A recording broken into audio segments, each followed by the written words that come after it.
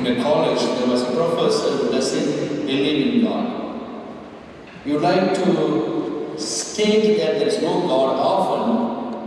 Therefore, when he goes to the classroom, he often says, have you often asked a question to the students, have you seen God? The student used to respond, no, yes, we haven't seen. Have you touched God? And they said, no. Have you felt God?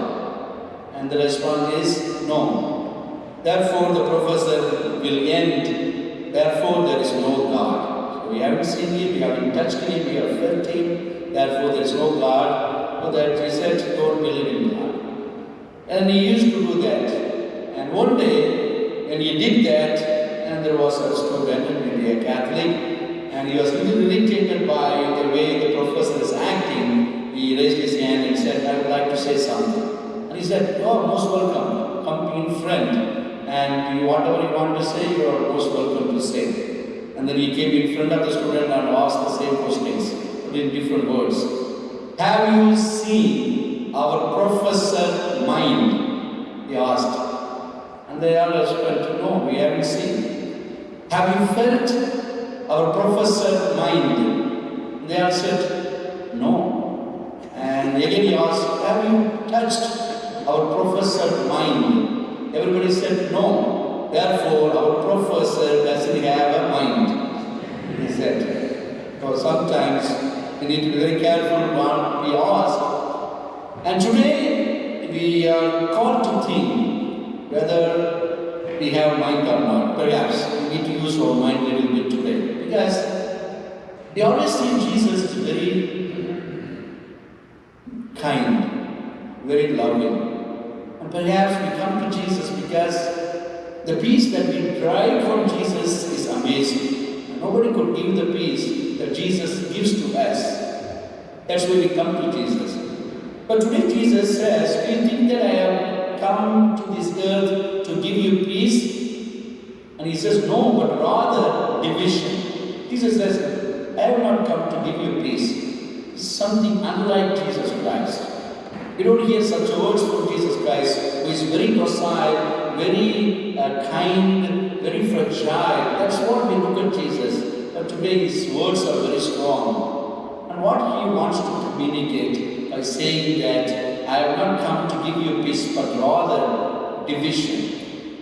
That means today Jesus calls us to seek the truth of the gospel, the truth of his words, and the truth of the life itself. That's the call of Jesus Christ in this week. We see in the first reading Jeremiah being thrown into the mud in the deep well. Why was he thrown? What he was doing? He is going to the king or going to the people and saying in the name of God what the God has communicated to him. The king is not doing the right thing. And there is the threat for the people coming in. Therefore, obey God rather than the king. Obey the word of God rather than the word of the king or the word of the princess. And therefore, after hearing this, they threw Jeremiah into the cistern, into the deep well where there is only mud. They throw him. He stands for the word of God. When we stand for the word of God, we face suffering, perhaps division too.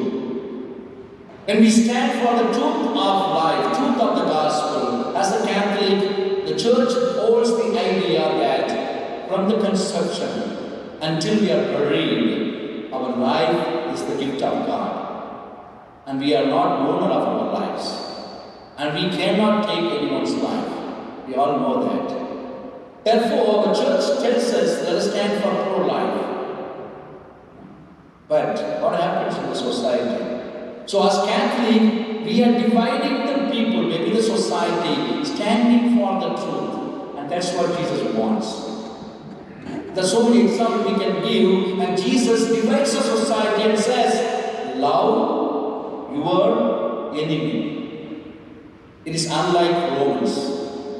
Who is ruling during the time of Jesus? It's a Roman who are ruling. As for the Roman, if the enemy, kill him. But Jesus says, unlike the Romans, love your enemy. Jesus divides the community. He is divisive. Unlike other people, those who took revenge on people, but Jesus said, forgive not 7 times, 7 times, 70 times, you forgive them. So many times they sin against you, you are called to forgive them when they come to you with a repentant heart. So Jesus divides the community. Some want to take revenge, but Jesus tells us that it's our prime duty to forgive. He says, is divisive. And this is what Jesus is telling us. Do not think that I have come to give you peace. When you forgive, it is very hard. I can forgive everybody, it's easy.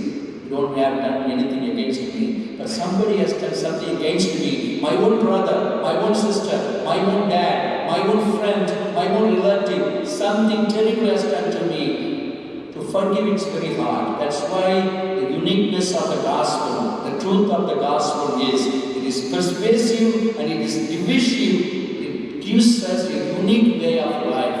A life in Jesus Christ. If we don't live it, we fail. But if you live it, we look to the people, we are different, we are divisive, and that is the grace of God. That is the blessing of God. That is the uniqueness of following Jesus Christ. That's why he says, when you follow me, take up the cross. Again, to the wonderful example, how Jesus says that the dad against the son against the dad, or the daughter against his mother. A couple of days back, we celebrated the feast of St. Clare, and who was with Francis of Assisi, helping him to grow in spiritual life. Perhaps she follows Francis of Assisi, finding her own order. But she comes from a very royal family, very beautiful young lady. But she read the gospel, inspired by Jesus Christ, entered into the monastery, and he cut her hair, everything off, threw away the fancy dress, and put on the men's dress.